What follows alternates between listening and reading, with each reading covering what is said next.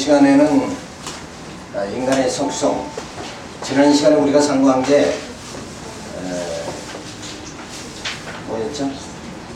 인간의 그 추론에 대해서 하나님을 아는 신 지식을 하나님의 살아계심을 우리가 깨달아야 되는데 우주론적 증명, 목적론적 증명 이런 식으로 해서 그런 그 하나의 주장, 그런 논리는 추상적인 것, 추론에 불과하다 이렇게 생각했잖아요. 그리고 하나님 말씀만이 언약과 성취를 통해서 하나님의 존재하심, 살아계심을 분명히 우리가 알 수 있게 된다. 그런데 인간의 속성에 따라서 하나님을 알 수 있느냐 없느냐 이런 것이 구체적으로 우리가 알 수가 있는데, 에덴 동산에서 아담은 생명이네요. 영이 살아있는 그런 사람이었다. 그때는 하나님을 알만한 지식이 있었다. 사도 바울 로마서에서 말해주고 있어요. 자, 그런데 타락해버리고 말죠. 그래서 죄가 완전 덧입혀져 버리고 모든 만물이 다 죄로 덧입혀져 가지고 이제는 어두워져 버렸어요. 그래서 타락인으로서는 하나님을 알 수가 없는 것이다. 그리고 유기시켜 버리죠, 하나님이. 그러니까 유기 버림받은 저런 상태에서는 도저히 하나님을 알 수가 없다. 그래서 모든 사람을 죄 가운데 다 가둬뒀다가 이제는 뭐예요? 예수 그리스도가 오셔서 우리로 하여금 거듭나고 중생하게 그렇게 만들어 주셨다. 그래, 중생한, 그러니까 중생한 영이라는 건 뭐예요? 영이 다시 살았다는 얘기죠. 타락에는 영이 죽었다는 얘기고, 그래서 타락에는 사형체라고 그래요. 죽은 영. 근데 이제는 중생에는 무슨 영이에요? 생명체가 되어졌다. 영이 살으니까 그 다음에 뭐예요? 하나님의 살아계심을 알 수 있게 되어졌다. 그래서 우리가 성령으로 거듭나지 않고는 하나님을 알 수도 없고 하나님 나라에 들어갈 수도 없다. 그러고 나서 이제 중생이는 그래도 온전한 상태가 아니에요. 사도 바울이 말한 대로 내 속에 선과 악이 싸우고 있다. 그래서 때로는 뭐예요? 육신의 소욕, 때로는 성령의 소욕이 나를 사로잡으면 하나님 뜻대로 살아가고, 만약에 나를 육신의 소욕에 빠지게 되면, 욕심이 가리워지면 하나님의 뜻대로 살지 못하는 결과가 나타난다.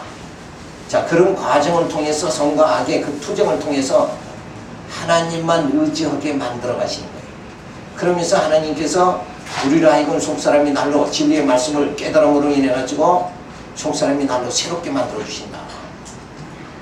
자, 속사람이 날로 새로워진다는 말씀은 뭐냐면, 우리가 전에도 상고했지만 진리의 말씀을 깨닫게 되어지잖아요. 그러면 이 사상이 바뀌는 거예요. 그 다음에 생각이 바뀌고, 그 다음에 뭐예요? 마음이, 어두운 마음이 제거돼 버리고, 그리고 의지가 새롭게 되어진다. 그래서 지정의가 새롭게 되어지면서 내 속에 있는 탐욕이 소멸돼 버리는 거예요. 그러니까 하나님의 사랑이 내 안에 거하면 형제 것을 탐하는 것이 아니라, 형제 것을 도둑질하는 것이 아니라 어때요? 더 도와주고 싶은 마음이 나온다. 그러니까 사랑이 우리를 뭐예요? 하나님의 사랑이 우리를 온전케 하는 거예요. 그래서 이제 타락인의 그런 생활이 아니라 이제는 예수 그리스도 안에서 우리의 속사람이 날로 새로워지게 만들어 주신다. 그래서 진리를 바로 깨닫지 못한다 그러면 모든 게 이게 변화가 전부 안 되는 거예요. 지정의 변화가 이루어질 수가 없다. 그래서 그 진리로 인해서 내가 새롭게 되어지는 거예요. 근데 그 진리의 영으로 누가 오셨어요? 예수님이 바로 오셨다. 그래서 예수님은 생명으로 오셨고, 예수님은 빛으로 오셨다. 아멘. 요한복음의 사도 요한이 가르쳐준 게, 예수님은 빛으로 생명으로 오셨다. 그 생명이 바로 뭐예요? 진리죠. 그 진리의 영으로 오셔서 우리에게 이 지성으로, 어두워졌던 지성을 밝게 만들어 주시고, 이 마비된 심령을 이제는 정말 하나님의 은혜를 깨달을 수 있는 심령으로 바꿔주시고, 우리 의지, 그저 허탄한 일을 도모하는 것이 아니라 이제 하나님께 영광 돌리고 찬송 돌릴 수 있는 그런 심령으로 만들어 주신다. 그래서 이 중생에는 점점 그런 과정, 그게 이제 연단이죠. 나의 못한 걸 점점 이렇게 나의 그 사고방식이 잘못된 거, 아직과 고집 이런 게 자꾸 무너지게 만들면서 진리의 말씀, 생명으로 나를 새롭게, 내 속사람을 새롭게 만들어주시는 하나님의 역사가, 성령의 역사가 우리 가운데 주어집니다. 그럼 우리의 속사람이 나도 새로워지죠. 그래서 끝내는 뭐예요? 부활의 몸, 신령한 몸, 썩지 않는 몸이 되어진다 하는 것을 우리가 알 수 있어요. 그래서 이제는 중생리는 생명체고 부활이는 부활체고 그 다음에는 우리가 영원한 하나님 나라 들어가면 영생인이 되어진다. 그러니까 우리의 본래 모습은 뭐예요? 영생인이다. 영생인은 뭐예요? 영이 영원히 사는 걸 말한다. 그러니까 하나님은 영원하신 분이니까 그 하나님과 함께 동행하려면 어때요? 우리도 영원한 삶이 우리에게, 영원한 생명이 우리에게 주어져야 된다. 그래서 이런 과정을 통해서 하나님께서 우리에게 영원한 생명을 주시는데, 그러면 처음 에덴 동산에서 아담을 그냥 바짝 들어가지고 여기 영생인이 되도록 그렇게 만드시면 얼마나 좋았을까. 그러면 이 고통이 없고 형제간에 막 돈 때문에 유산 때문에 칼부림 나는 이런 비극적인 사건들이 안 일어나고 이 땅에서는 전쟁이 다 없어지고 정의사회가 구현되고 모두가 다 잘 살 수 있는 이런 지상 낙원이 이루어질 것이 아니냐. 그런데 하나님께서 이런 과정을 통해서 뭐예요? 탕자를 나가면 어떻게 될까 아버지가 알지만 어때요? 유산을 줘서 미리 내보내잖아요. 유산을 줘서 내보냈는데 한 바퀴 돌고 오니까 어때요? 아버지의 사랑을 깨닫잖아요. 그러니까 우리도 뭐예요? 탕자와 같이 타락해가지고 예수 그리스도로 중생함을 받고 부활인이 되고 이렇게 한 바퀴 싹 돌게 해서 누구 사랑? 하나님의 사랑을 깨닫게 만드신다. 그러니까 하나님이 나를 낮추시는 것도 그 하나님, 내가 연약한 것도 뭐예요? 그 하나님께서 하나님의 사랑을 깨닫고 그 하나님만 의지하고 그 하나님의 사랑의 품 안에서 내 영혼이 만족하게 그렇게 만드시려고 하는 거다. 그러니까 결과를 보면 모든 게 뭐예요? 다 선한 거다. 네, 이 모든 과정에 타락된 유기인이 되게 하신 것도 뭐예요? 궁극적으로 봤을 때는 그게 다 선한 거다. 이렇게 크게 통 크게 우리가 생각을 해야 돼. 김일성만 통 크게 생각하는 게 아니라. 그러면 모든 것이 뭐예요? 이해의 폭이 넓어진다. 그래서 우리가 모든 성도의 사귐이 교제 가운데서도 이해의 폭이 넓어야 되잖아요. 나하고 조금만 안 맞으면 거부감을 막 나타내고, 당신은 왜 그렇게 사느냐? 또 그 사람은 난 이대로 살다 죽겠다. 이러고 버티고 이러다 보면 이게 좋은 사랑의 관계가 이루어질 수가 없는 거죠. 자, 그래서 영생인의 이렇게 인간의 속성이 바뀜에 따라서 뭐예요? 하나님 아는 지식이 하나님의 살아계심을 느낄 수 있다 없다 이게 다 달라진다. 그러니까 결국은 뭐예요? 내가 진리의 말씀에 깊이 그리스도의 고상한 지식에 이르러가지고 점점 이르러서 수준이 더 높아져야 돼. 고상한 지식에 이를수록 뭐예요? 하나님의 살아계심, 그 하나님의 사랑 이것을 어때요? 더 농도 깊게 깨달을 수 있다. 그러니까 내가 성숙해지는 것만큼, 영적으로 성숙해지는 것만큼 그 하나님의 사랑을 더 깨달을 수 있다. 깨닫는 만큼 어때요? 영혼의 행복이 주어지고 만족감이 주어진다. 그러니까 원래 하나님의 사랑이 우주 만물에 우리 신령에 가득 차게, 우주 만물에 가득 찬데 그걸 우리가 깨닫지 못하는 것입니다. 하나님의 사랑은 부족함도 없고 모자람도 없으신 분이다. 당신 스스로 이 모든 피조세계를 하나님의 사랑의 손길로 다 창조하셨잖아요. 우리도 어머니가 아이를 낳죠. 그 모성애라는 거 그냥 고통 속에 낳았잖아요. 그럼 자기 자식을 미워하는 사람이 어디 있느냐. 하나님도 마찬가지로 하나님의 그 손길로 우리를 다 창조하셨다. 다만 우리가 뭐예요? 깨닫지 못하는 것뿐이다. 그래서 하나님을 아는 신지식 이것은 인간의 속성에 따라서 달라지는 거예요. 생명에는 신지식이 가능한 정도뿐이었다. 그런데 타락에는 뭐예요? 신지식을 완전히 상실해버리는 상태다. 그러니까 나도 지금 뭐예요? 예수를 떠나버리면 하나님의 살아계심을 도저히 알 수 없게 된다. 그리고 유괴인은 버림받은 자는 신지식이 완전히 마비돼 버리고 만다. 그러니까 뭘로 살아요? 자기 정욕대로 그 죄성으로 살아갈 수밖에 없다. 그런데 예수님이 오셔서 중생인이 되어지니까 신지식, 하나님을 아는 지식이 이제는 영이 살아가지고 그 하나님을 알게 그렇게 만들어 주신다. 그래서 신지식이 회복되어지는 역사가 되어지. 그 다음에 부활인이 되어지면 신지식이 이제 고상하게 되어지는 거예요. 그리고 그때는 그 아버지의 사랑을 깨닫게 되니까 늘 감격 속에, 그리고 할렐루야 찬송 부르면서 우리가 그 하나님만 경외하고 섬기며 살아가게 되어집니다. 그래서 이제 영생인이 되어지면 우리도 다 하나님의 형상이 회복돼 가지고 하나님과 동행하는 삶이 주어지게 되어진다. 그때는 뭐예요? 그때는 질병도 죽음도 이별도 다 없는 이 땅의 그 어두운 역사가 다 제거돼 버리고 여기는 뭐예요? 하나님의 영광만 나타난다. 내가 이 땅에서 고난 받을수록 어때요? 이 영광의 나를 더 사모해야 되죠. 그러니까 너희는 땅의 것을 보지 말고 위의 것을 좀 봐라. 사도 바울은 그렇게 말하는데 여전히 땅만 보고 살잖아. 고약하게. 왜 그런가? 그게 인간의 연약한 속성이죠. 왜냐하면 눈에 보이는 것이 좋은 걸로만 다 인식한다. 남이 좋은 차 타면 야 나도 타야 돼. 좋은 집 가지면 나도 좋은 집 가야 돼. 눈에 보이는 거에 매여버리고 만다. 근데 보이지 않는 그 하나님의 사랑이 좋은 차보다 더 좋은 것이고, 그죠? 그 하나님의 사랑이 그 감격만이 내 심령을 행복하게 해준다. 돈이 나를 행복하게 해주는 것이 아니라 그 아버지의 사랑이 나를 행복하게 해준다. 그러니까 물질적인 것이 아니라 영적인 것이 더 귀한 것이다. 그래서 우리가 영적 가치관을 가지고 살아가잖아요. 근데 세상 사람은 뭐예요? 세속적 가치관, 물질적 가치관을 가지고 산다. 이것이 저 바깥에 있는 사람하고 우리하고 다른 측면이다.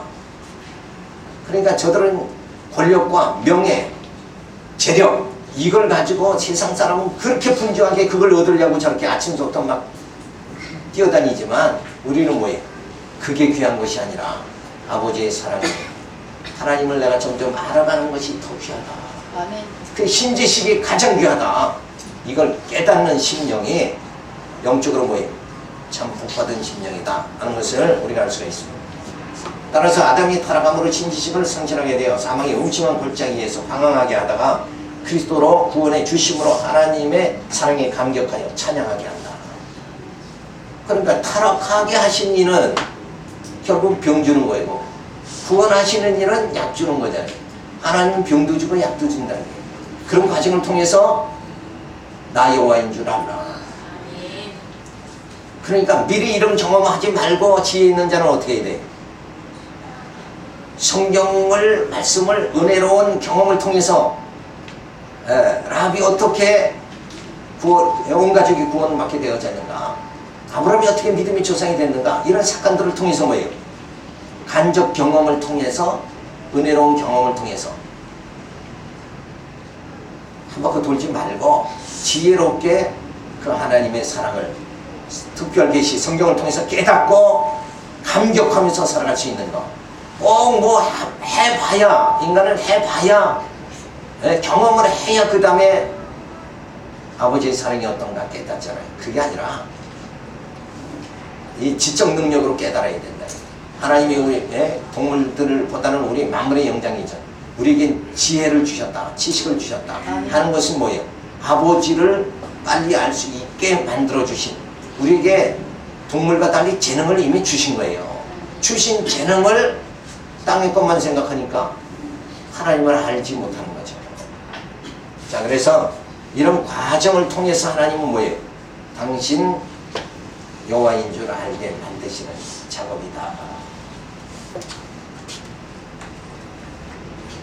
그래서 신인식의 방법에 대한 견해. 인식이라는 건 뭐예요? 하나님을 아는 거죠. 내가 이게 리모컨이다 그러면 리모컨이네? 이렇게 인식하는 거죠. 하나님은 안 보이시지만, 영이니까 안 보이시지만, 눈에 안 보인다고 할지라도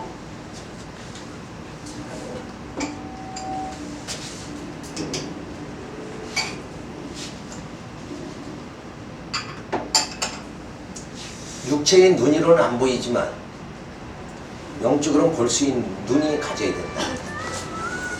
그것이 이제 성경을 통해 가지고 그림이 그려진단 말이에요. 아브라함을 통해서 하나님이 아브라함에게 어떻게 섭리하셨는가, 이 사건들을 통해서 하나님이 이런 분이시구나. 야곱을 통해서 야곱을 인도하신 그 하나님의 섭리를 보면서 하나님이 이런 분이시다. 우리가 어떻게 영적으로 그 하나님을 인식할 수 있는 이 단계가 주어져요. 그게 바로 뭐예요? 말씀을 깨달은 자다. 그러니까 말씀을 깨달았다는 것은 바로 그런 의미예요. 이 문자를 통해서, 성경에 나타나는 이 문자를 통해서 문자들이 연결되면 어떤 사건이 주어지죠. 그러니까 아브라함에게 내년 이맘때 아들을 주겠다. 이게 문자로 다 표시됐죠. 내년 이맘때 이런 한글로 표시가 됐잖아요. 그게 문자다, 레마다. 그런데 그 레마 속에는 뭐예요? 의미가 들어가 있어요.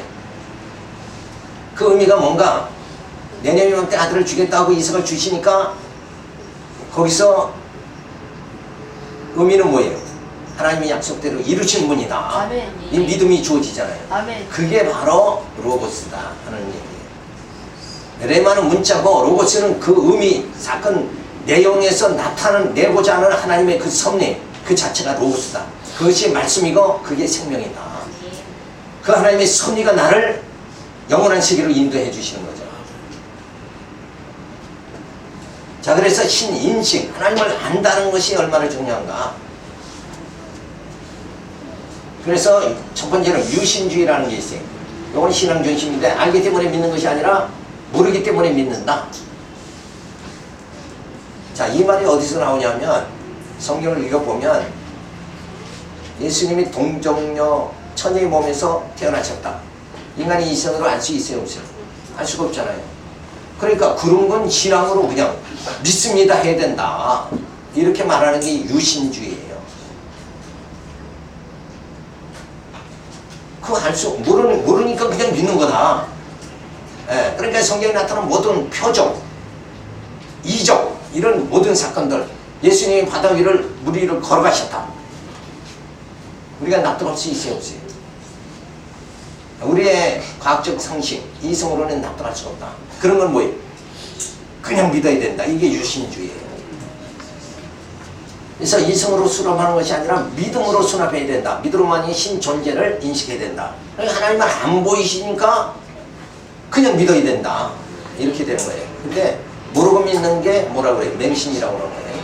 자, 그러면 두 번째는 유리주의라는 게 있어요.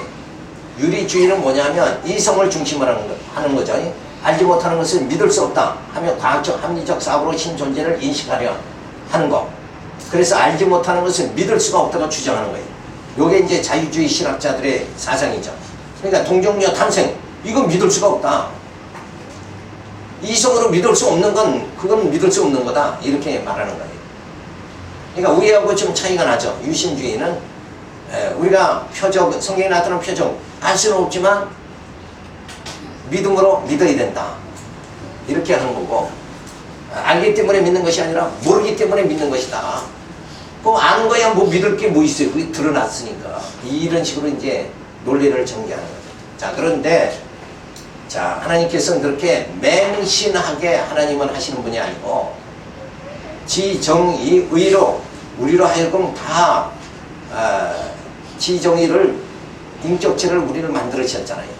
자, 그래서 신앙하는 이성, 중생한 이성을 말하는데, 인식의 주체인 중생한 이성으로 인격적 지정의 작용에 의해 인식의 도구의 성경을 통하여 하나님의 존재를 알게 되어진다. 자, 그러니까 유신주의는 우리가 이성으로 할 수가 없잖아요. 그런데 알 수 있는 방법은 죽었던 영을 우리를 살려가지고 어떻게 알려줘요? 성경, 특별 계시, 하나님의 계시 말씀 성경을 통해서 이 성경을 통해서 당신 스스로 존재한다는 것을 드러내 보여주셨어요. 하나님 스스로 존재하는 걸 드러내 보여주신 성경을 통해서 중생한 이성이 지적으로 깨닫고 그 하나님의 사랑에 감격하고 또 하나님 뜻대로 살아갈 수 있는 의지가 나타나도록 하나님이 역사하신다. 그러니까 하나님은 맹신하게 만드는 것이 아니라 왜 그렇게 이런 과정을 밟게 하시는가? 그러면 맹신하는 자가 찬송을 하는 건 의미가 없잖아요. 의미가. 그런데 진짜 그 하나님의 사랑을 깨닫고 느끼고 깨닫고 난 다음에 찬송하는 건 의미가 다르다. 로봇가 박수치는 거고 우리가 하나님을 깨달아가지고 말씀을 통해서 깨달아가지고 박수치는 거고 전혀 다르다. 아멘.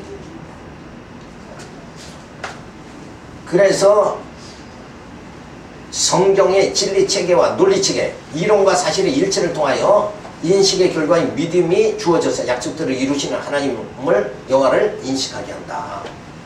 이 말씀은 뭐냐면 하나님께서 당신 스스로 계시하기 위해서 계시의 방법은 뭐라고 그랬어요? 항시 하나님의 계시의 방법, 당신 드러내는 방법은 무슨 방법이라고 그랬어요? 네?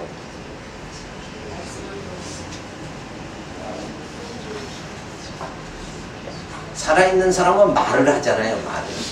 말하고 그대로 되어지면 살아계시네 이렇게 인정할 수가 있잖아요. 그래서 하나님은 당신 존재를 언약하시고 성취하시는 사건을 통해서 드러낸다. 우리가 여지껏 상고한 거예요. 그래도 그걸 또 질문하면 모르잖아. 그렇죠. 살아있는 사람은 말을 하잖아요. 그러니까 하나님께서 누구를 통해서 말해요? 선지자를 통해서 메시아를 보내주겠다. 그게 언약이잖아요. 그렇죠. 우리에게 하나님은 직접 나타날 수가 없죠. 하나님이 나타나면 우리는 죽어버리니까. 모세가 하나님과 대면해서 하나님의 영광이 그 얼굴에 비춰져 가지고 사람들이 보니까 도저히 가까이 모세를 대할 수가 없었잖아요. 그래서 수건으로 가리는 거랑 마찬가지로 우리는 우리의 재성이 있기 때문에 어두움은 빛 가운데 나가면 그냥 어두움은 사라져 버리고 마는 거예요. 우리 존재가 없어져 버리고 마는 거예요. 그래서 하나님 앞에 우리가 지금은 나갈 수가 없잖아요. 언제 나가는 거예요? 부활의 몸, 신령한 몸이 돼야 하나님 앞에 나간다.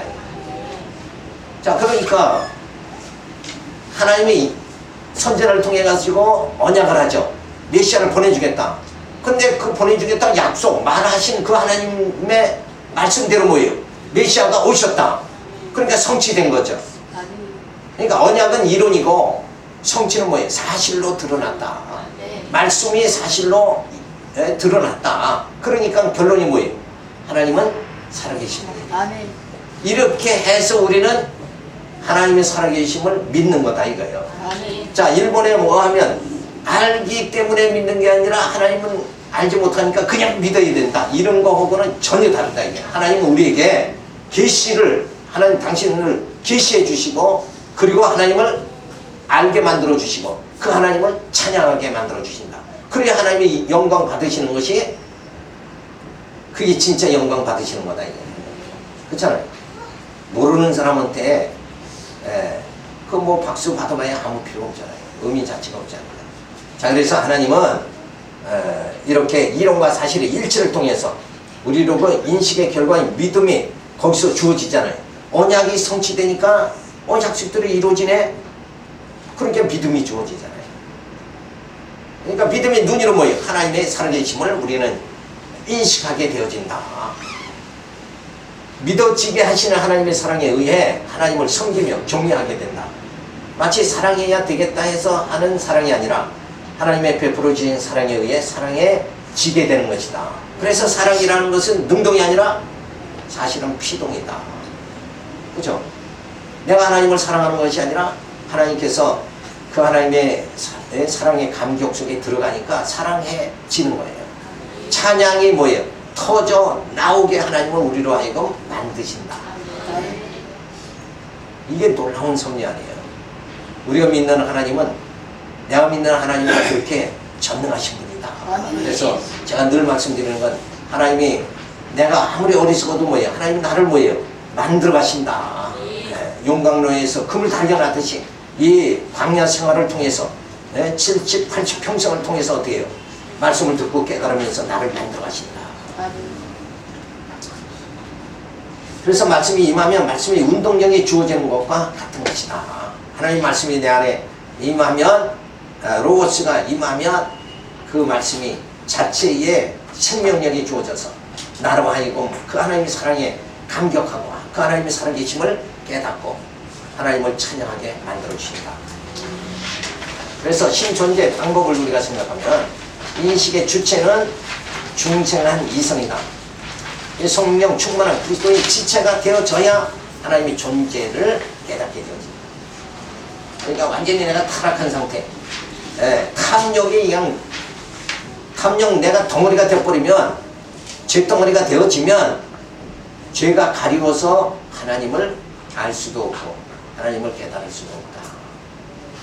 그러니까 성령께서 내 속에 있는 죄성을 소멸시켜 주시면서 육신의 소욕을 소멸시키면서 내 영안이 열리게 해서 하나님을 바라볼 수 있게 이렇게 만들어 주신다. 그래서 인식의 주체는 중생한 이성이 아니면 안 된다. 그렇지 않으면 하나님을 인식할 수 없다. 그러니까 타락한 이성이나 유기인이 되면 하나님을 인식할 수가 없다. 그리고 하나님을 알게 하시는 인식의 도구, 이는 뭐냐? 이성이 아니라 뭐라고 그랬어요? 성경이다. 이게 다른 거예요. 철학자하고 우리가 다른 게 뭐냐? 저들은 이성으로 모든 것을 판단하지만 우리는 뭐예요? 성경으로, 말씀으로, 말씀의 거울에 비춰서 말씀 속에 하나님의 살아계심을 깨닫는 거예요. 아브라함에게 약속하신 하나님께서 예수 그리스도를 통해서 이루시는 역사. 그래 마태복음 첫 장에 1장 1절에 뭐라고 해요? 아브라함과 다윗과 예수 그리스도의 세계니라. 그렇게 역사를 다 직접 섭리하시는 그 하나님을 나타낸 게 뭐예요? 성경이다. 성경을 통해서만 우리가 하나님을 알 수가 있다. 그래서 이 성경은 어떻게 돼요? 성경을 바로 깨달아야지. 어설프게 깨달으면 또 신인식을 못하는 거예요. 뜨겁지도 않고 차지도 않은 믿음이 계속 주어진다. 그러니까 성경 자체를 잘 알아야 돼요. 그래서 성경은 진리 체계, 논리 체계, 그러니까 이론과 사실이 어떻게 이루어져 있는가, 그걸 깨달으면 되는 거죠. 그러면 성경 자체를 관통하게 되거든요. 그러니까 성경을 읽을 때는 항상 어떤 관점에서 읽어야 돼요? 하나님이 어떻게 언약하시고 그걸 성취하시는가, 이론이 하나님 말씀이 어떻게 사실로 드러나는가. 아브라함에게 내년 이맘때 아들을 주겠다 하고 그 뒤에 보니까 뭐예요? 이삭을 낳게 됐다. 그러면 이삭 낳는 그 지점에서 뭐예요? 그걸 읽으면서 하나님은 사실대로 이루시는 분이다. 성취하시는 분이다. 이걸 깨달아야 되는데 나도 기도하면 아들 낳을 수 있다. 이런 생각만 하고 있으면 안 된다는 거예요. 거기서 왜 내 아들 못 낳는 사람이 아들 낳는 그 방법을 거기서 찾으려고 하지 말고 거기서 누구를 발견해야 돼요? 메시아를 발견해야 된다 이거예요. 네? 약속대로 이루시는 분, 그걸 발견하면 약속대로 메시아를 보내주겠다. 또 재림의 주님을 보내주겠다는 약속이 우리에게 확신이, 믿음이 주어지게 만드시는 모든 사건이 성경에 주어진다. 그럼 부활신앙만 가지면 어때요? 모든 걸 다 이겨나갈 수가 있잖아요. 부활신앙을 바라봐야 되는데, 페트로를 향해서 사도를 같이 전진해야 되는데 고개를 안 보고 어떻게 하면 돈을 많이 모으나, 어떻게 하면 유명해지나, 어떻게 하면 권력을, 힘을 좀 얻을 수 있을까. 맨날 이 땅의 것만 생각하면 하나님을 알 수가 있어요, 없어요? 알 수가 없죠. 자, 그리고 인식의 결과는 뭐냐? 믿음이 주어진다 이거예요. 믿음. 그래서 신존재 인식, 하나님을 경외하는 놀라운 역사가 주어진다. 그러니까 믿음으로 살아야 되겠다. 이게 이렇게 해서 믿음으로 사라지는 게 아니라 믿음으로 살게 하나님이 뭘 통해서? 중생한 이성을 우리로, 죽었던 영을 살려가지고 성경을 통해서, 계시를 통해서 우리로 하여금 믿음이 주어져서 믿음의 생활을 하게 만들어 주신다. 그렇게 돼야 뭐예요? 은혜잖아요. 내가 노력해서 되면 은혜가 아니죠. 그래서 하나님은 은혜가 풍성하신 분이다. 어리석은 나를, 어린아이 같이 철없는 나를, 죽었던 나를 살려가지고 성경을 통해서, 계시의 말씀을 통해서 당신을 알게 만들고, 그리고 믿음이 주어지게 만들어서 하나님 뜻대로 살아가면서 하나님 영광 돌리게, 하나님을 경외하면서 살게 만들어 주십니다. 그러니까 아브라함이 믿음의 조상이 된 게 아브라함이 능력으로 된 거예요?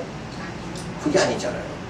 거짓말 여러 번 했어도 하나님이 여전히 복을 주니까, 하나님이 약속대로 이루시는 분이다. 그러니까 이삭 바쳐라 그러니까 그 다음에 하나님이 알아서 다 하실 것이다. 그걸 바칠 수 있는 믿음이 주어진다. 그러니까 믿음 자체도 하나님의 선물이다. 하나님이 믿음이 있게끔 우리를 양육해 나가신다. 그러니까 때로는 내가 어리석은, 나 자신의 어리석음을 발견해도 그래도 안심될 수 있는 건 뭐예요? 내가 나를 만들어가는 것이 아니라 나를 하나님이, 저분이 나를 만들어 가신다.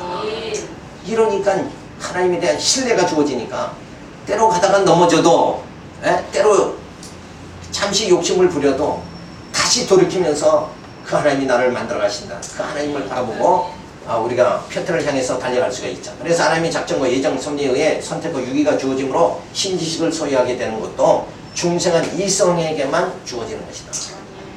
중성한 이성이 아니면 하나님을 알 수도 없고 하나님께 찬양을 돌릴 수도 없고 믿음으로 살아갈 수도 없는 것이다. 그러니까 하나님이 죽었던 나를 예수 그리스도를 통해서 살려주셨다는 것, 이게 얼마나 놀라운 은혜냐. 이런 모든 과정이 여기서부터 시작된다. 이게 내가 아무리 발버둥 쳐도 타락한 이성, 버림받은 이성 가지고는 도저히 유기인으로서는 도저히 안 된다. 그런데 많은 사람 중에서 뽑아서 나를 하나님의 자녀 삼아주시고, 그리고 예수 그리스도로 보내서 구속해 주시고, 성령을 통해서 하나님의 자녀다 인쳐주시, 그리고 교회를 세워가지고 뭐예요? 말씀으로, 특별히 주신 말씀, 성경을 통해서, 인식의 도구인 성경을 통해서 나를 하나님 자녀 만들어 가시고, 내 속에 모난 거, 추악한 냄새, 이거 다 죄의 근성 다 소멸시켜 나가시는 하나님의 놀라운 역사가 주어지는 거예요. 그래서 내 속에 있는 추한 것이 사라진다는 것은, 추한 생각이 사라질 수 있는 건 뭐예요? 하나님의 사랑의 감격 속에 들어가면, 사랑은 뭐예요? 아름다운 거죠. 그래서 우리도 다 아름다운 사람이 되는 거예요. 그래서 가장 인간이 아름다울 때가 언제예요? 사랑할 때잖아요. 사랑받을 때죠. 사랑할 때보다도 사랑받을 때. 그 아버지 하나님의 사랑을 받을 때만이 가장, 어머니의 사랑을 받을 때만이 가장 아름다운 거예요. 근데 이제 자기가 뭐 좀 커가면서, 아이가 커가지고 내가 뭐 사랑한다, 나 연애한다 뭐 하면서 막 이렇게 서철될 때는, 그때는 별로 아름답지 않은 거예요. 머리가 아플 때가 많죠. 자, 그래서 제4장에 들어가서 하나님에 관한 지식은 우매와 혹은 악의 때문에 소멸되거나 부패해진다. 그래서 하나님에 대한 지식의 결핍을 말하죠. 칼빈의 주장은 종교의 씨앗은 성장이 멈춰져 있음으로 인해 하나님에 대한 지식은 결핍되어 있어 망령스러운 믿음으로 형성하고 섬기며 미신에 빠지고 만다. 그러나 성경은 죽은 영혼은 이미 종교의 씨앗이 말살되었으므로 죽은 영혼은 그리스도로 말미암아 다시 살아날 수 있는 것 외에는 어떠한 방법도 없는 것이다. 그래서 죄로 욕심이 잉태한 즉 죄를 낳고 죄가 장성한 즉 사망을 낳느니라. 한번 웅덩이에 빠지기 시작하면 그 죄악의 웅퉁에서 인간은 스스로 벗어날 수가 없다. 점점 선이 결핍이 계속 주어진다. 뭐 이런 식으로 칼빈은 인간의 그 죄성을 말해주죠. 자, 두 번째는 하나님에 대한 고의적인 반항을 말해주는데, 어리석은 자는 그 마음에 이르기를 하나님이 없다 하도다. 오만하고 성적인 죄로 말미암아 그 마음이 완악해서 하나님에 대한 일체의 기억을 미친 듯이 쫓아보려는 사람들이 많다는 것을 알게 된다. 자, 하나님에 대해서는 무조건 고의적으로 반항하는 자들이 있다. 이들은 뭐 불택자니까 그럴 수밖에 없죠. 그래서 교회에 와서 어쩌다 교회 정대에서 와서 앉으면 1시간 참석하고는 머리가 아파서 못 오겠다. 이런 거는 체질적으로 하나님이 안 맞게 만드신 거죠. 자, 세 번째, 마음대로 생각해낸 우상 종교. 인간의 망성에 의해 만들어진 미신을 화상으로 저비린내 나는 공상에 맞추어 날조한 것이 아니면 절대 하나님을 우롱하고자 되지 않는다. 너희가 그때는 하나님을 알지 못하여 본질상 하나님이 아닌 자들에게 종로를 하더니 이러한 미신 신앙으로 인간은 부패해진다. 그러니까 하나님을 신지식을 바로 깨닫지 못하면 우상에는 섬기고 자기가 만들어 놓고 자기가 거기 복 받을 줄 알고 빌고 이렇게 하는 것이 인간의 모습이다. 그러니까 영적으로 우매한 자는 영적으로 무식하게 자꾸 빠지다 보면 우매하게 되면 그 다음에 뭐예요? 완전히 하나님을 알 수 없게 되어져 버리고 한다. 그래서 위선으로 하나님을 섬긴다. 마음으로부터 하나님의 의를 멀리하는 자들은 하나님의 범한 죄를 벌하기 위하여 심판대가 마련되어 있음을 알고 있으면서도 그들은 그 심판대가 무너지기를 열심히 원하고 있다. 이러한 심정으로 그들은 심판하지 않고는 참을 수 없으신 하나님과 대하여 싸운다. 그러나 하나님의 피할 수 없는 능력이 가해짐을 깨닫게 될 때 그들은 그것을 멀리할 수도 피할 수도 없기 때문에 무서워서 후퇴하게 된다. 그래서 그들은 어디서나 그들을 위협하고 있는 하나님의 위험을 멸시하는 것처럼 보이지 않기 위해 어떤 종류의 종교적 행사를 수행하는 것이다. 동시에 그들은 여러 가지 지역으로 자신들을 부패하게 하기를 그치지 않으며 악을 더하고 마침내 모든 면에서 하나님의 거룩한 뜻을 거역하며 그 모든 의의를 파괴하기에 이르는 것이다. 하여튼 그들은 하나님을 두려워하는 죄 위장함으로써 죄의 탐닉을 제재하지 아니하고 자기로 만족하며 또한 자신의 육체적인 방종을 성령의 능력으로 제재하기보다는 오히려 그 방종에 빠지기를 도주하는 무리들인 것이다. 자, 이 설명은 길게 설명했지만 한마디로 뭐예요? 이단자들을 말하는 거예요. 하나님을 믿어요. 기독교는 기독교인데 끝이 다른 게 이단이죠. 그렇게 빠진 자들은 결국은 이제 초대교회는 영지주의자들이죠. 그러니까 영은 귀하고 육체는 그건 더러운 것이다. 우리가 죄 가운데 빠지는 건 영 때문에 빠지는 게 아니라 이 육체 때문에 빠진다. 그 육체는 이건 신경 쓸 필요가 없다. 이단은 그렇게 주장하면서도 어떻게 빠져요? 음란과 돈 모으는데 돈을 탐하는 자로 다 빠져버려요. 이단의 끝을 보면 결국은 돈과 음란에 다 빠지는 게 이단의 속성이다. 하나님을 믿으면서도 결국은 이쪽으로 빠져버리고 마는 거예요. 그러니까 완전한 위선자가 돼버리고 만다. 하나님을 잘 믿는 것 같은데 사실은 저쪽으로 빠져버리는 거예요. 그러니까 저들이 주장하는 게 영은 거룩하다 하면서 육체는 아무렇게나 해도 되니까 그냥 음란하게 막 살아도 되고 육체는 그냥 아무렇게나 살아도 된다. 이렇게 돼버리는 거예요. 그러니까 이론에 스스로 뭐예요? 자기 이론의 함정에 스스로 빠져버려가지고 완전히 부패되는 인생. 그들이 바로 위선자요. 그리고 그들이 이단이다. 근데 하나님은 그런 영과 육을 이원론으로 생각하는 것이 아니라 우리는 일원론으로 생각하잖아요. 그러니까 영도 거룩해야 되고 육체도 거룩해야 된다. 영이 몸담고 있는 게 육체인데 영이 거룩한 영을 더러운 육체에 담으면 되느냐 이거예요. 그러니까 좋은 음식은 좋은 그릇에 담아야죠. 그래야 맛이 나는 건데 이들은 그걸 그렇게 생각을 안 하는 거예요. 그럼 필요 없으니까 아무렇게나 살아도 된다. 그래서 저들은 그냥 막 하나님을 섬긴다 그러고 막 성도들을 종으로 만들면서도 자기는 뭐예요? 세상은 금방 멸망한다 하면서도 자기는 철근 놓아가지고 그냥 콘크리트로 그냥 든든하게 집을 짓고 산다. 무너진다고 가르치면서 왜 자기는 또 견고한 그 집을 짓느냐 이거요. 그러니까 뭐예요? 그 자체가 완전히 위선이고 이단자들의 추잡한 모습이다. 그러니까 진짜 주님 오실 날이 가까우면 그저 이 땅에서 우리는 어떻게 살아야 돼요? 주신 거 족한 줄 알고 살아야 돼요. 한 날의 괴로움은 족한 줄 알고 살아야 돼요. 왜? 더 귀한 게 있으니까. 그렇게 살아야 그게 정상인데. 이들은 그게 귀하다 그러면서도 이거 취할 건 다 취하고 사는 거예요. 그런 게 바로 위선이다. 라는 것을 얘기를 해주고 있어요. 자, 계시의 절대성. 그래서 하나님에 대한 지식은 하나님의 자기 계시로부터 출발하며 거듭난 영혼에게만 인식이 가능하다. 자, 기독교 신앙은 중생한 이성이 인식의 주체가 되어 이론과 사실에 의해서 증명된 성경 지식을 기초로 확립된 확증된 신앙을 의미한다. 그러니까 뭘 통해서? 성경, 특별히 계신 성경을 통해서 하나님은 스스로 우리에게 보여주셨다. 하나님이 계시해 주신 성경을 통해서 당신의 존재를 알게 해주셨다. 무슨 방법으로?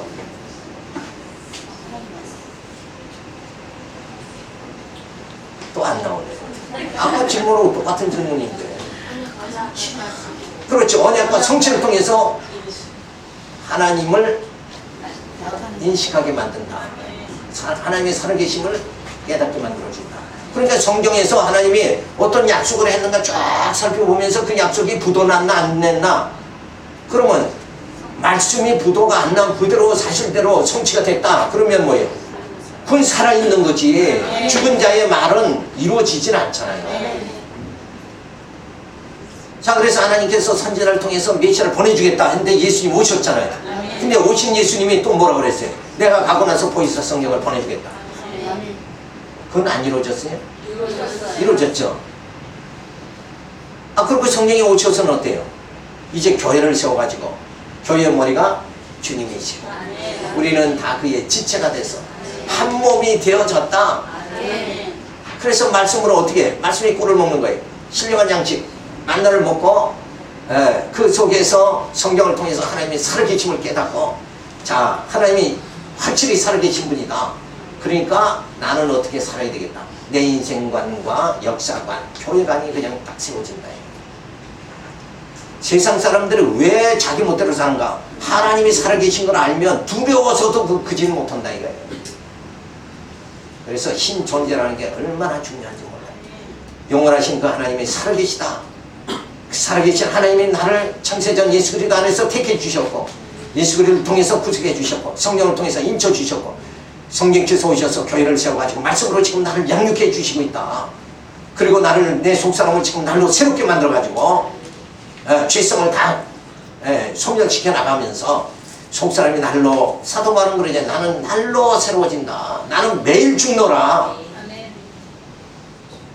그런 말씀이 살아서 성경이 기록돼가지고 역사되어져 있는데 어떻게 하나님 살아계심을 부인할 수가 있느냐.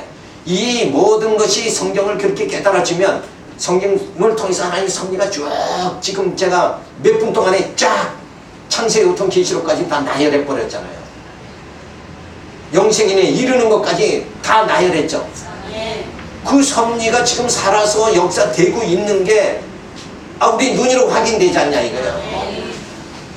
지금 도처의 교회가 다 세워졌고, 아브라함에게 약속한 대로 내 후손이 하늘의 별과 바닷가에 모래알보다 더 많게 해주시겠다는 약속이 그 아브라함의 후손에서 누가 와요? 예수 그리스도를 통해 예수님이 오셔가지고 교회가 세워지고, 정말 하나님의 자녀들의 교회에 지금 숫자를 헤아릴 수 없게 그렇게 많이 번성하고 있지 않냐. 그게 역사 현장에 드러나고 있다는 것을 뭘 통해서 알아요? 성경을 통해서 안단 말이에요. 성경 기록이 아니면 우리가 지금 역사가 어떻게 흘러가는지 알 수가 없잖아요. 괜히 열낼 게 없는데, 그렇죠? 그래서 성경이 하나님의 말씀이다. 그 말씀을 깨닫기 시작하면 어때요? 불성이 같이 달다. 아멘. 보여지면 성경을 통해서 그런 하나님의 역사가 살아서 역사하시는 하나님의 섭리가 눈에 보여진단 말이에요. 지금 보여지잖아요. 나만 보나? 다 보여지잖아요. 아멘. 그러니까 야, 하나님은 살아계신 분이고 지금 나와 함께 해주신 분이다. 그러니까 인생은 살맛이 나는 거죠.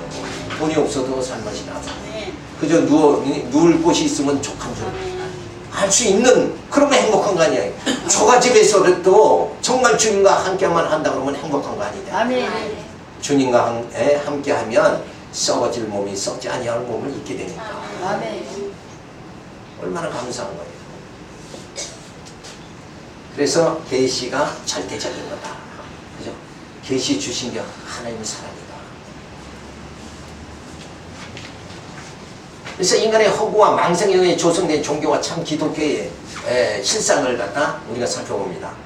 그래서 인간의 허구 그리고 망상, 이걸로 세워지는 종교들은 어떤가? 그것이 바로 이방 종교다. 그리고 참 기독교를 우리가 살펴보는데, 그래서 종교의 기원은, 이방 종교는 어디서 오는가? 바로 인간으로부터 출발한다. 우상을 자기가 만들잖아요. 만들어가지고 인간은 손으로 만들고 거기서 자기가 영원한 삶을 살기를 원하고 복받기를 원하는 이런 그것이 뭐예요? 허구와 망상에 불과한 거다. 근데 우리 기독교는 뭐예요? 하나님으로부터 출발하는 거예요. 제일 원인자가 모든 제일 원인자가 하나님이시다. 내가 존재하는 나를 창조하신 분도 그 하나님이시다. 그 하나님으로부터 모든 것이 시작된다. 그러니까 소망이 주어지는 거예요. 그리고 종교의 성립이 뭐냐? 이방 종교에서는 인간이 신을 찾아가죠. 인간이 요청을 하죠. 그러나 기독교는 뭐예요? 신이 인간을 찾아오시는 거예요. 바로 예수님이 성육신 하나님이신데 인간의 몸을 입고 오셨다는 거예요. 그래서 예수님이 십자가에 못 박혀 죽으심을 통해서 나 같은 죄인도 구원받을 수 있다. 이게 확증이 되어져요. 만약에 예수님이 영지주의자들 같이 예수님은 영으로 오셨다가 가셨다. 그래서 환상설을 주장하잖아요. 환영, 어떤 영이 나타났다가 사라진 거다. 잠시 이 땅에 왔다가 사라졌다. 그러면 나 같은 죄인은 구원받을 길이 없죠. 자, 그래서 예수님이 인간의 몸을 입고 죄 많은 인간의 몸을 입으셨다는 것이 그게 하나님의 사랑이다. 라는 것을 우리가 깨닫게 되죠. 자, 그러면서 종교의 대성은 뭐냐면은 형상화시키고 유한한 제사를 드린다. 저들은 늘 제사를 드리면서 그렇게 생활하죠. 근데 우리는 시공형을 초월한 신이 여호와를 경외하며 신령한 예배, 신령과 진정으로 예배한다. 영으로 예배한다 이게. 그래서 가톨릭은 그거 많이 지장을 해가지고 그 형상화를 의식화를 많이 하잖아요. 그 의식 보이는 곳에 있는 게 아니라 참 종교는 뭐예요?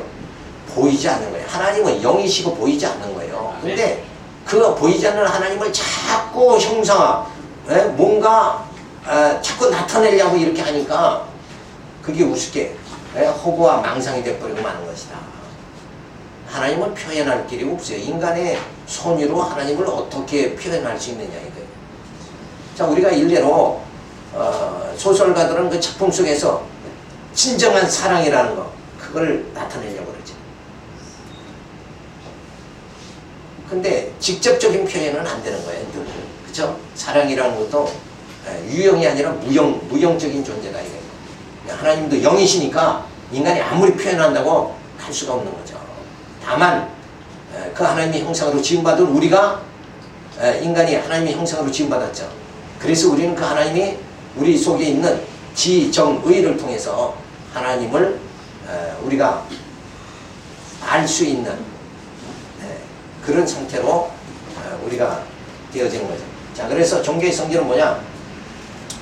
인간이 섬겨야 만족하죠. 인간의 지성에 따라 섭리, 인간의 자의적 능력에 의한 선행과 도덕을 강조하게 되죠. 그런데 이제 기독교는 스스로 만족하신 분이며 신적 주권에 의한 섭리로 신지식에 의한 내면적 변화를 중시하는 거예요. 그러니까 사도 바울이 말한 대로 외적으로 이제 바리새인과 사두개인 같이 손들고 거룩한 척 외형적인 그게 아니라 사도 바울이 말한 대로 속사람이 날로 새로워지는 거예요. 그 소망, 부활의 소망이 나로 하여금 뭐예요? 더 생명력이 넘치게 그렇게 만들어준다. 그러니까 속사람이 새롭게 되어지는 거. 어떤 형상적인 것이 아니라 시공형을 초월한 이 내면의 세계. 그러니까 속사람, 겉사람이 아니라 속사람이 날로 새로워지도록 이렇게 되어져야 된다.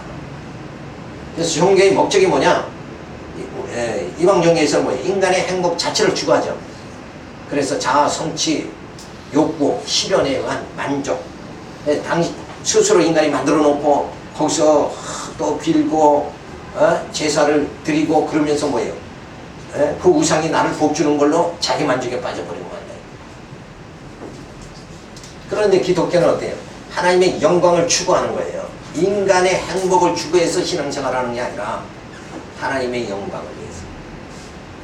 그리고 영광, 현현. 그래서 신영광 찬양에 따른 인간의 행복이에요. 하나님의 영광 돌리면서 하나님께 찬양 드릴 때 인간에게는 뭐예요? 기쁨이 주어진다. 행복이 주어진다. 그래서 이방 종교는 거의 방향이 전혀 다르죠. 인간을 중심으로 하는데 우리 하나님을 중심으로 해서 하나님의 품에 안길 때만이 인간이 행복하다. 이거를 우리가 깨닫는다는 거. 이게 굉장히 중요하죠. 자, 제5장에 들어가서 하나님에 대한 지식은 천지창조와 그의 부단한 통치에 의하여 명백해진다. 자, 하나님이 그 청조한 역사를 통하여 나타내시죠. 인간의 마음속에 종교의 씨앗을 심어 주소서뿐만 아니라 자기를 계시하셨으며 우주의 전 창조 속에서 매일 자신을 나타내는 것이다. 그 결과 인간은 눈 뜨기만 하면 하나님 볼 수 있도록 되어 있다. 그러나 하나님의 본질을 이해할 수 없는 것이어서 그 신성은 인간의 모든 지각을 훨씬 초월한다. 칼빈은 일반 계시로 신을 알 수 있다고 주장하며 주의 책임이 인간에게 있다고 말한다. 근데 이제 이런 종교의 씨앗, 또 일반 계시 이런 거 가지고는 하나님을 특별히 알 수가 없어요. 확실히 알 수 없고 결국 특별 계시를 통해서만 알 수 있다 하는 걸 알 수가 있죠. 일반 계시가 불분명하기에 특별 계시를 통하여 통치하신다. 하나님께서는 특별 계시로 하나님의 존재와 속성과 사역의 영광을 드러낸다. 하나님이 예정대로 미끼로 작정하신 자들의 영혼을 중생시켜 말씀을 통해서 하나님의 존재를 확실히 깨닫게 하신 다음에 믿게 하신다. 중요한 점은 중생한 이성에 의한 인식을 의미하며 맹목적인 무조건적인 믿음이 아니라 깨달아 믿게 되는 인격적 작용을 통해 믿음을 가지게 한다. 따라서 기독교의 신앙은 중생한 이성으로 특별 계시 도구인 성경을 깨달아 느끼고 결단해서 확립된 확신 신앙이다. 그러니까 모르니까 그냥 믿는 게 아니라 우리는 알고 믿는 것이다. 하나님이 그렇게 알게 다 만들어 주시고 당신 자신을 계시해서 하나님 자신이 어떤 분인가 알게 만들고 그 다음에 찬양이 터져나오게 만든다. 멋있는 하나님 아니에요? 쪼잔하게 그냥 야 내 말 무조건 믿어 이러는 게 아니라 그래서 그냥 가정에서 그러냐 남편은 하늘이다 그리고 무조건 따르게 한다. 이게 바보스러운 거예요. 그건 망상에 불과한 거. 그러지 말고 아내를 진정으로 사랑해서 남편의 그 사랑에 찬양이 터져나오게 만들어서 그럴 때만이 그게 진정한 것이 아니냐. 무조건 하늘이다 그러고 복종하게 하는 거다. 그 복종해 받아가지고 뭐가 기쁨이 없지. 그죠? 깊이가 없잖아요. 그죠? 깊이 있는 삶이 주어져. 하나님은 그런 분이다. 이게 우리가 영적으로 무지한 상태였지만 우리를 거듭나고 중생하게 해서 또 성경을 주셔서 성경을 주시면서 우리가 또 성경 보면 알지 못하잖아요. 그러니까 누구 보내? 성경을 보내가지고 성경이 조명해가지고 이 말씀을 깨닫게 만들어가지고 그 하나님의 살아계심을 존재를 알게 만들어가지고 그 하나님께 찬양을 돌리도록. 그래서 억지로가 아니라 우리 스스로가 깨달아지니까 자원하면서 자원해서 연구하고 자원해서 봉사하고 그죠? 억지로 봉사하고 이번 주에 뭐 해? 이런 거보다 감사해서 은혜가 넘쳐서 봉사하는 거 이게 참 아름답잖아요. 그래서 우리 성도 생활은 믿음의 역사, 사랑의 수고, 인내의 소망을 가져야 된다. 이 생활이 우리에게 주어져요. 이 땅에 왔다 그냥 가는 게 아니라 믿음의 역사, 이 복음을 땅 끝까지 전해야 되죠. 여기에 있으면 이 귀한 복음, 이 하나님의 사랑을 전해야 될 거 아니냐. 이 하나님의 섭리와 역사가 그냥 저절로 우연히 이루어지는 것이 아니라 역사는 우연이 아니라 필연이다. 주권자이신 하나님께서 역사를 주장하고 내 인생도 그 하나님이 주장하신다. 그러니까 두려워할 필요가 없죠. 하나님이 말씀 깨닫게 해서 점점 나를 성숙하게 그러기 위해서 오늘 이렇게 말씀을 상고하게 또 만들으셨다. 그래서 하나님은 눈동자처럼 나를 사랑하신다. 머리털까지 다 세신다. 언제 태어나기 전에 우리가 여기 와서 같이 이렇게 대면할 거 생각한 사람이 누가 있어요? 하나님이 다 이렇게 발걸음을 인도해 주셨다. 그러니까 하나님은 살아계신 분이에요. 기도하겠습니다. 하나님 감사를 드립니다. 그저 무지한 상태로 저희들이 그저 알지 못하니까 무조건 믿어야 된다. 그런 신앙이 아니라 하나님께서 다 죽었던 나를 살려가지고 이제 성경 특별 계시 드러내 보여주시고 그리고 성령을 통해서 더 미숙하게 깨닫던 나를 성숙하게 깨달았어요. 그 하나님이 어떻게 살아계시고 하나님이 역사를 어떻게 주관하시는가, 내 인생을 어떻게 이끌어 나가시는가, 그 하나님께 정말 찬양과 영광을 돌릴 수 있도록 인도하여 주시옵소서. 이상 예수님의 이름으로 기도드렸습니다. 자리야. 예. 수고하셨습니다.